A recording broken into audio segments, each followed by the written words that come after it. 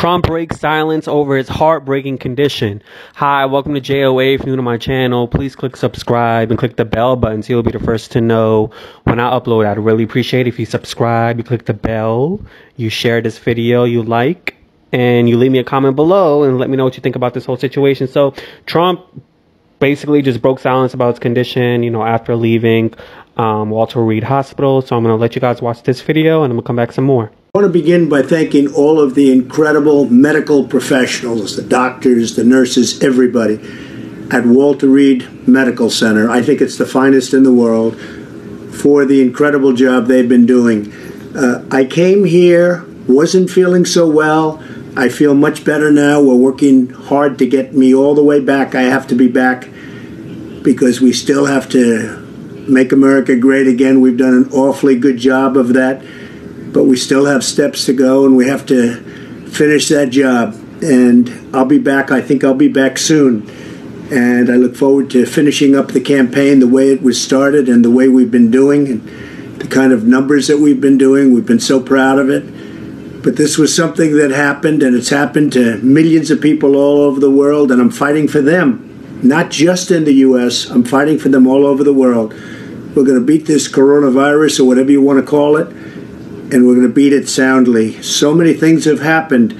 If you look at the therapeutics, which I'm taking right now, some of them, and others are coming out soon that are looking like, frankly, they're miracles. If you want to know the truth, they're miracles. People criticize me when I say that, but we have things happening that look like they're miracles coming down from God. So I just want to tell you that I'm starting to feel good. You don't know over the next period of a few days. I guess that's the real test. So we'll be seeing what happens over those next couple of days. I just want to be so thankful for all of the support I've seen, whether it's on television or reading about it. I most of all appreciate what's been said by the American people, by almost a bipartisan consensus of American people. It's a beautiful thing to see. And I very much appreciate it, and I won't forget it. I promise you that. I also want to thank the leaders of the world for their condolences, and they know what we're going through. They know what, as your leader, what I have to go through. But I had no choice because I just didn't want to stay in the White House. I was given that alternative. Stay in the White House, lock yourself in, don't ever leave, don't even go to the Oval Office. Just stay upstairs and enjoy it. Don't see people, don't talk to people, and just be done with it. And I can't do that. I had to be out front, and this is America. This is the United States. This is the greatest country in the world. This is the most powerful country in the world. I can't be locked up in a room upstairs and totally safe and just say, hey, whatever happens, happens. I can't do that. We have to confront problems. As a leader, you have to confront problems. There's never been a great leader that would have done that. So that's where it is. I'm doing well. I want to thank everybody. Our First Lady is doing very well. Melania asked me to say something as to the respect that she has for our country, the love that she has for our country. And we're both doing well. Melania is really handling it very nicely. As you've probably read, she's slightly younger than me, just a little tiny bit. And therefore, we know the disease, we know the situation with age versus younger people. And Melania is handling it statistically like it's supposed to be handled. And that makes me very happy, and it makes the country very happy. But I'm also doing well, and I think we're going to have a very good result. Again, over the next few days, we're going to probably know for sure. So I just want to thank everybody out there, everybody, all over the world, specifically the United States. The outpouring of love has been incredible. I will never forget. Thank you very much. Okay, so I watched the whole clip of him talking. It's 4 minutes. He likes to talk a lot. And the first thing he said was that I noticed that was hypocritical was he said that he did an awfully good job, with his campaign and just with how he's been running the country and so on and so forth. And I'm just like, dude, that's hypocritical. Hypocrite number one is you didn't do a good job with this whole COVID situation. You knew about how how strenuous this was. In your words, this is strenuous than the average flu. He also starts talking about therapeutic medicine and then using God in the works as in terms of this medicine he's taking as being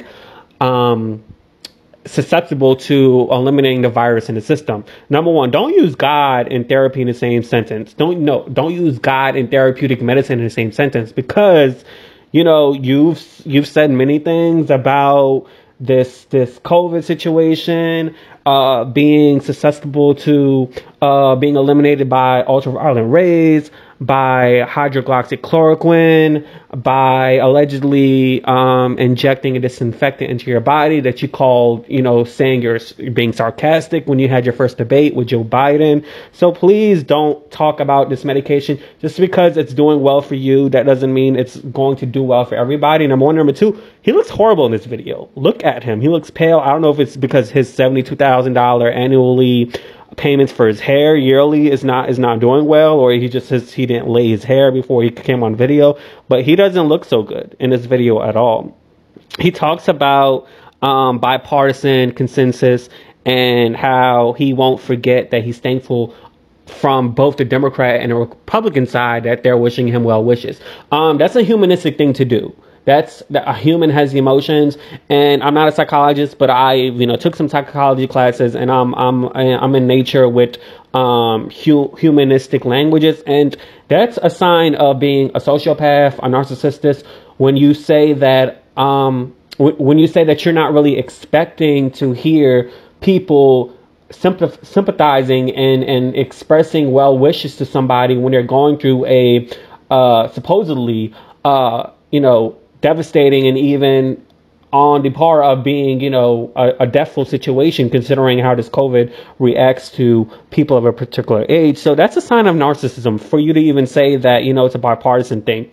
It's a humanistic thing, and if you came out here when you first came out here as a president and you aligned yourself with both parties instead of basically abandoning the Democratic Party, then you would know how that feels. And for him to say, I will not forget this, is also narcissism 101, because it's something that my previous boss used to always use. I won't forget it when someone does him a favor. He's been bullied and, he didn't live a good life, growing up with family dysfunction and so on and so forth. And he basically aligns with Trump, the same personality. So, narcissism is definitely there. Another thing I noticed in the video, he talked about the age difference. He said, statistically, Melania has been doing good, with the virus. And our age is close together. You guys are 24 years apart. I mean, literally, Business Insider did a whole article about, you being one of the presidents that has his first lady with a large age difference. I mean, she's 50. She don't look 50 with all that plastic surgery she got. She kind of looking like that comedian that passed away. What's her name? I forgot her name. Dang, Joan Rivers. All that surgery. She didn't need all that surgery on her face. So there's drastic age difference. 24 year, hell, your age difference is close to my age at the moment, so that's a big age difference. Okay, all right. And then another thing he mentioned is that a leader has to confront problems. You're not a leader because you didn't confront the problem that we had in the beginning with to the American citizens, that this COVID situation is more strenuous than the flu. So that's not a leader. A leader is supposed to basically take everything, the good and the bad and the ugly, and confront it. Like, you're supposed to confront us with the situation, and possibly, not possibly, factually, there would have been thousands of lives saved. So, I do wish him well. I really do. I hope he feels better. And I hope he doesn't have a downfall like his brother did. Got rest in peace. But at the same time, come on, dude. You got to be honest with yourself. You can't keep playing the victim. You got to just be direct and tell us what it is. And no, the polls aren't looking good for you. Okay, that's another thing. Your campaign is not doing well for you. The whole debate with Joe Biden actually made you look bad. And you were very confrontational and very defensive at this debate because you didn't want to tackle at hand what's very important to America, and that's what policy, that's what being empathetic and sympathizing with how bad you did for this country with this whole COVID situation. So your roll call for winning a debate, which you didn't win, was to be defensive and to joke and to attack Joe Biden about him wearing a mask, to attack him about, you know, a crime bill that happened decades ago, pretty much almost the year, the day I was born, to talking about his son Hunter Biden, to basically, you know, when Biden was like saying my beau went overseas in Iraq and then he passed away, you didn't sympathize towards that. Like, you don't care, and that's just not the way you do it. So I mean, anyways, I do wish him well. Let me know what you guys think in the comments below. And you know, he also tweeted something about our great USA wants and needs stimulus. Work together and get it done. Thank you. Where's the stimulus check? Like, where is that? And he also tweeted, doctors, nurses, and all the great Walter Reed Medical Center and others from likewise incredible institutions who have joined them are amazing. Tremendous progress have been made over the last 6 months in fighting this plague. With their help, I am feeling well. I think he's looking horrible, you know. I think he is looking horrible, and you know, we'll see what's gonna happen. Please do subscribe, click the bell button so you'll be the first to know when I upload. Deuces, yay!